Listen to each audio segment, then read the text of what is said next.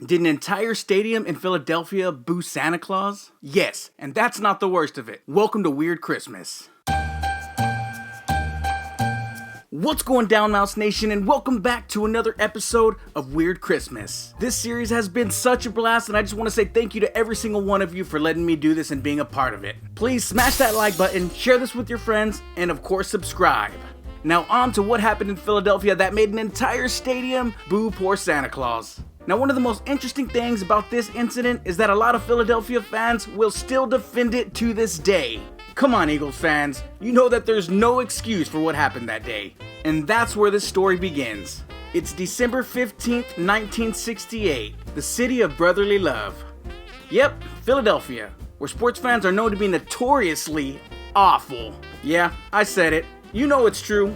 The incident happened at a Philadelphia Eagles home game in their old stadium, which was Franklin Field. The Philadelphia Eagles were playing the Minnesota Vikings in their final game of the season, which eventually they'd lose. At this point, they had a terrible record of 2-11. That would be 2 wins and 11 losses. And this, of course, did not sit well with those Philly fans. Now, to put this into perspective, the Philadelphia Eagles were so bad that they were hoping to acquire O.J. Simpson in the first round of the draft the next year. Yes, that O.J. Simpson.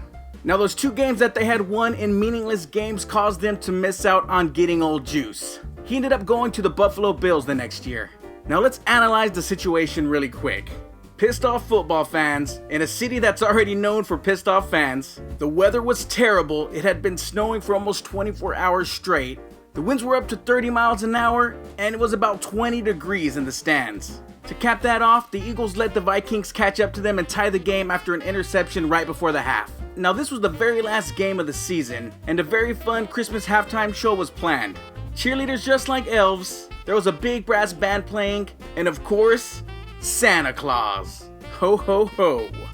Except that Santa was a no-show. That's messed up, Santa Claus. He was supposed to go out on the field in a sleigh with reindeer and everything. Now, of course, the reindeer were fake, but still, it would have been pretty cool. No one could find Santa Claus. The sleigh was stuck in a mixture of mud and snow, and something really needed to be done, and it needed to be done right away. Enter the Eagles entertainment director, Bill Mullen, who came up with what I can only guess as a plan that he himself thought was genius. It wasn't. He had seen an Eagles fan dressed up as Santa Claus in the stands. The fan was Frank Olivo, and Bill talked the 20-year-old man into taking Santa's place. Of course, history would end up telling us that this was a really bad idea, but he had no idea at the time. He was given a Santa-style bag, and he was supposed to make his way between the cheerleaders while the big band played Santa Claus is Coming to Town. Santa Claus is coming to town. Little did Santa know that he was coming to the wrong town. Poor Frank was terrified as he walked out onto the field. Boos thundered throughout the stadium. As an Eagles fan, he already knew how his fellow fans were going to act, and he chuckled a little bit to himself. That is, until he got to the very end of Santa Claus Lane. A fan from the upper deck threw a snowball at him.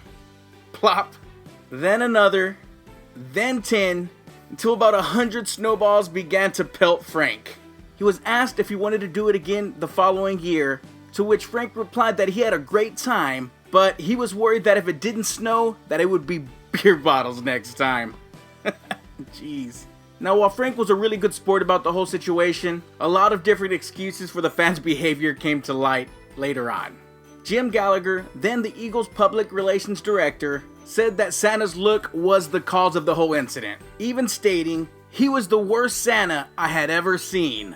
Bad suit, scraggly beard. I'm not sure whether he was drunk, but he appeared to be."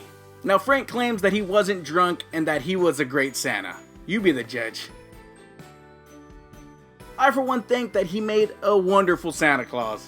Others, of course, blame the state of their team's organization, which had once been a world championship winning team. That, of course, mixed in with another bad game in an already miserable season. Still, some say that Santa being pelted with snowballs at an Eagles game is really just an urban myth. A Christmas tale told to prove how bad Eagles fans are. What do you guys think? Do you guys think that Santa Claus deserved to be booed and pelted with snowballs? Let us know in the comments below. Don't forget to like, comment, share, and subscribe. As always, I'm your host, Morty Mouse. I'll see you later or I'll see you at another time.